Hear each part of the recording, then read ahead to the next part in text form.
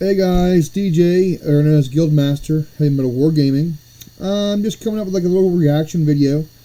I have, and Jason, we've played Boltaction version 3 yesterday. It was my Airborne versus Italians.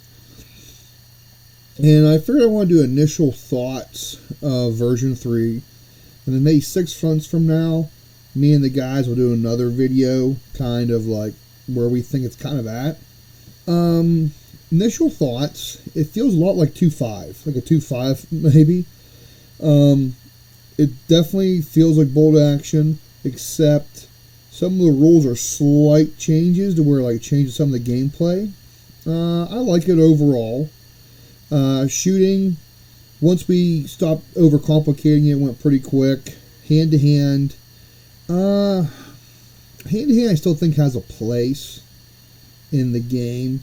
Beat shooting's way more effective. However, veterans versus regular troops in hand-to-hand, we actually had 2 hand-to-hands. We want to try it out, see how it worked. And both times the airborne overwhelmed the Italians, even with them going first. Jason rolled real bad in his rolls for defensive fire and for hand-to-hand. And I had like 3 tough fighters in each squad. Tough fighter rule, the reroll is actually really cool. Because of that, actually is how I won those hand-to-hands. I rolled really badly, but the reroll for those 3 dudes, I had a guy, an NCO with a sub, and 2 dudes with a sub. They rerolled 1, and I carried the day. Overall, I really like the addition. A couple hot takes. We did have some vehicles. My force was 2 platoons. It was 3 squads of 10-man U.S. Airborne, stubborn, 3 subguns, the full suite, kind of no bar, no light machine gun.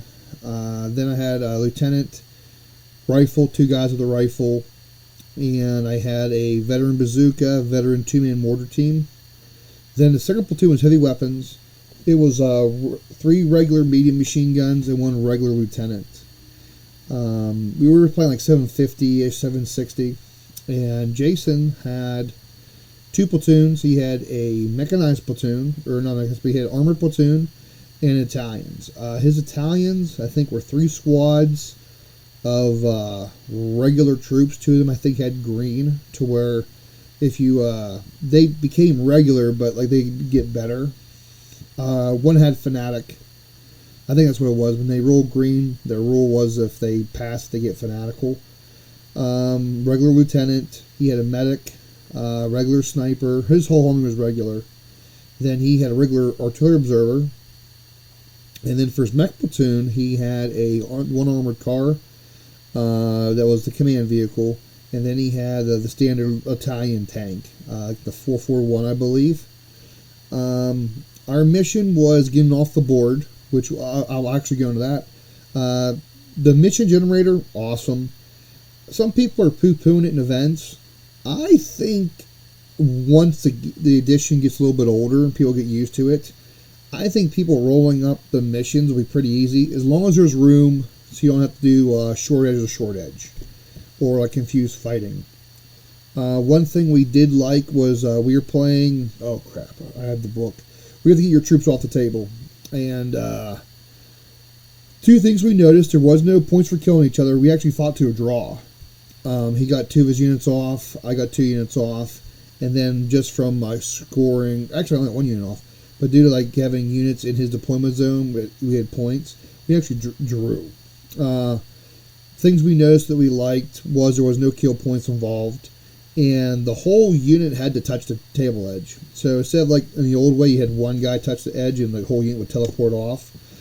Now everyone has to get and touch the edge, which is actually really good. It actually stopped 2 of my units from getting off the board, actually. If you went to turn 7, and only half the guys were able to touch the table edge. So the other half were stuck. So, I mean, that was kind of cool. Other than that, like, it played really well. Like I said, it gets my first initial impressions. I've read the book a little bit, or a lot actually, digesting stuff. I think it's going to be a really good addition. A couple hot takes. I think the biggest thing, mortars are going to be king in this game. Artillery just has such a long, short range. If you're not firing directly over the barrel, I don't think artillery spam is going to be a thing. I really don't. If you're firing direct shots like 88s or something like that, or like British 25 pounders, yeah, that could be a thing. But if you're trying to do indirect with them, I don't think it's going to work all that well. Veterans are still king. A couple other things, like we like the shooting. Cover is a little bit weird because we were discussing that, and like I know they gave us the option of like you pick and choose, and I'm trying to keep my opinion not based on the internet because the internet is really divided over that issue all of a sudden, which I get it because like it comes down to mechanics. So what we had done was we hit. I rolled a hit. I rolled a wound, and then he rolls cover saves. That's what we're kind of doing. And I've heard people argue the other way. I should roll to hit, you roll cover saves, then you roll a wound. Which makes more sense logically, like your shots are hitting. And the one thing that we talked about in our play group is we need to come up with one way we're going to do it all the time. Now, obviously, for vehicles, you shoot, cover save, then damage. And we'll probably end up leaning towards that for the troops as well.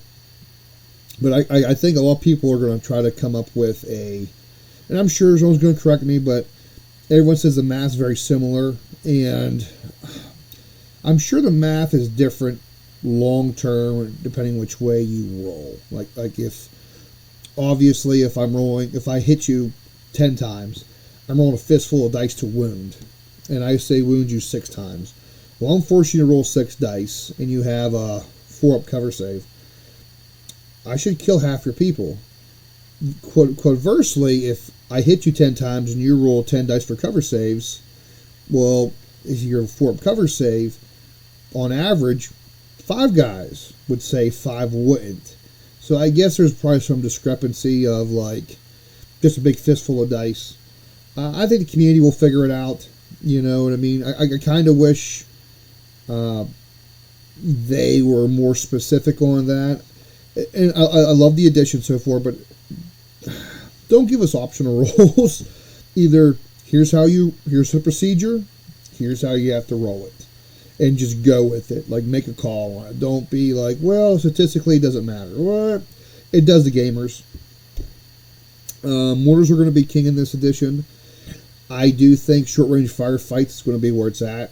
That's 6-inch. I think 12 to 6 inches is where it's going to be really crazy, especially 6 inches, seeing how 6 inches negates the down bonus for being in cover.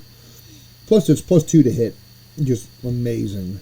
I think the Germans right now are really good. I think an army people are sleeping on.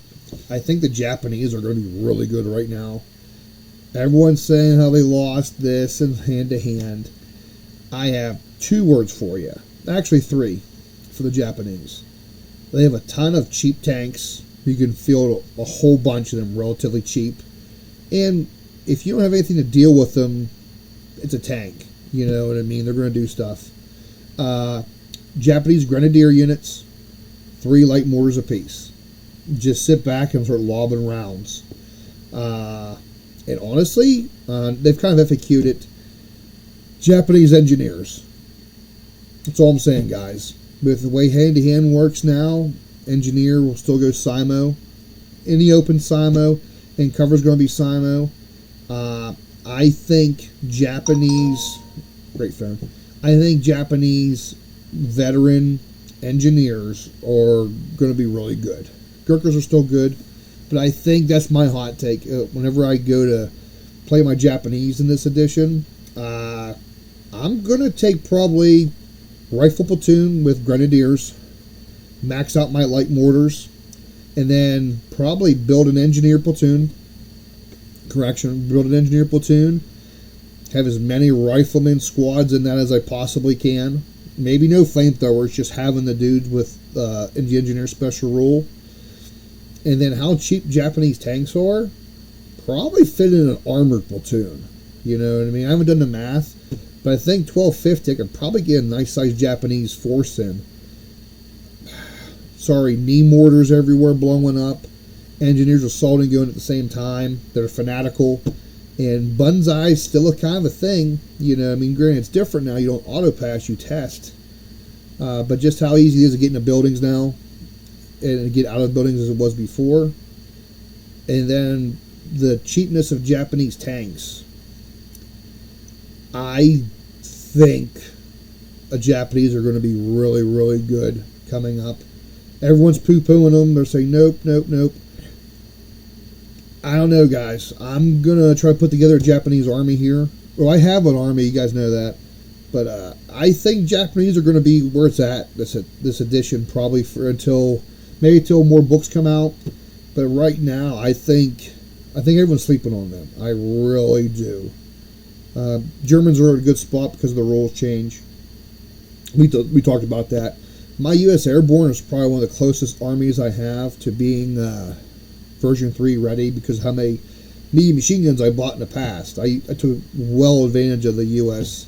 machine gun rules. So I have like 4 bases of machine guns. So that army is really good. Veterans are good. They always are. Cover's important, but the 5, the wound, is still really good, no matter how you cut that in this edition. Those are kind of my hot takes. Medium mortars, veterans, just going to be good. If you have anything like SMGs or assault rifles, you're going to take them. You know what I mean? But I think hot take wise, I think the Japanese. I think if you build around the light mortar, the knee mortar, which they can take, 60 points gets you 3 of them and a grenadier squad. And they've already said that you can fire multiple targets with those. Granted, they all have to range in. But then now that if they're regular and you have a spotter, which you should have an artillery spotter with Japanese, it's going to be hard, guys. I think they're going to be once people figure that out, I think that's the army. I'm calling it right now. Today's November 6th or 7th? October. I'm saying Japanese are going to be tough once everything's blowing up. I think it's probably people like the comments already saying, you're stupid.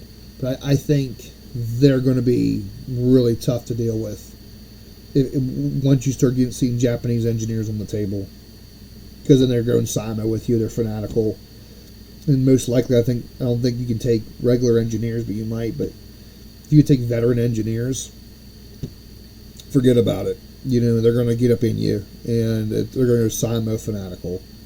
And they're going to do it under a barrage of light mortar rounds coming in. Since the light mortar is now 32 inches, I think.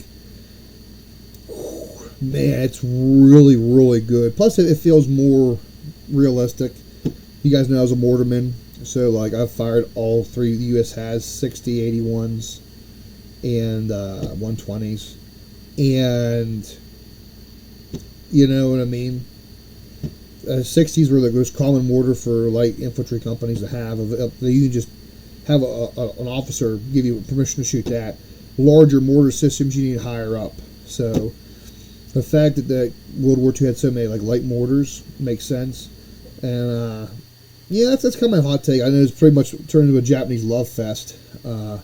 What's that word? Senpai or whatever the fuck it is. I don't know. Alright, guys, that's kind of my hot take. If you like what we do, like, share, subscribe. We're getting close to 500 followers or subs on here. Apparently they've changed how we get monetized. We still haven't hit, like, the 3,000 hours of viewed content. But we're getting close to 500 subs.